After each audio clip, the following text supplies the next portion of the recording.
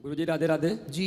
मैं घर से निकाला गया हूँ। मैं किसने निकाल दिया आप? मेरे माँ बाप भाई ने निकाल दिया गया। क्यों निकाल दिया माँ बाप ने आपको? गुरुजी मैंने अपने माँ बाप के लिए सब कुछ किया, यहाँ तक कि मेरी शादी भी हो चुकी है।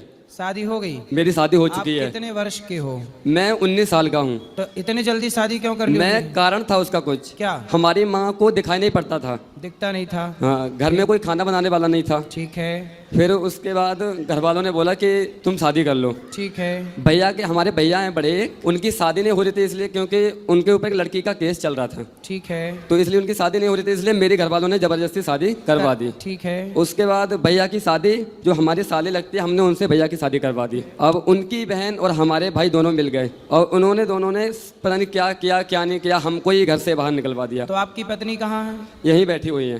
तो आपकी पत्नी आपका साथ देती है? साथ देती हैं। अच्छा, तो आप कमाते हो? कुछ कमाते हो? मैं कमाता था, अभी दिल्ली में था।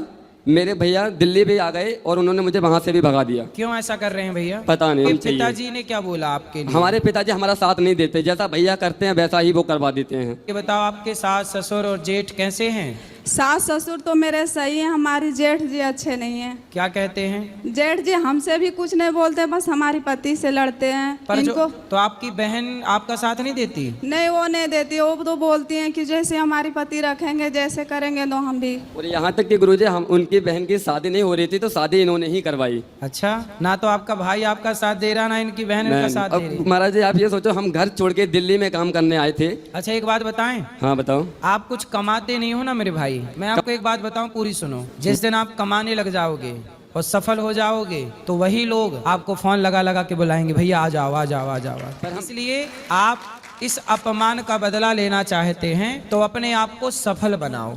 हम बदला नहीं लेना चाहते हैं, हम उस घर में बदला नहीं लेना चाहते, जाना ही नहीं चाहते, हमें कुछ नहीं। मत जाओ मत करो, फिर भी मैं आपसे प्रार्थना करूंगा कि आप सफल होके बताओ, मेहनत करो।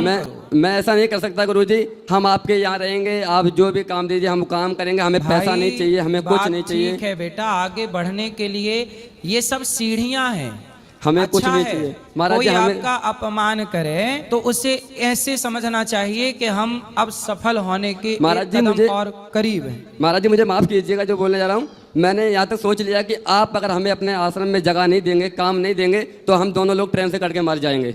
इससे क्या होगा? बस कुछ नहीं होगा, ना संसार में रहेंगे ना टेंशन नहीं, रहेगी। इससे ट्रेन से कट के मर जाओगे, इससे किसका नुकसान होगा ये बताओ? नुकसान होगा महाराज, हम आपके यहाँ के अलावा कहीं जाना नहीं चाहते। पहले ये बताओ, मर के क्या पाओगे? मर के कुछ नहीं पाएंगे। भूत और बन जाओगे, भटकते रहोगे, ये चुड़ैल बन जाएंगी। टेंशन तो नहीं रहेगी ना।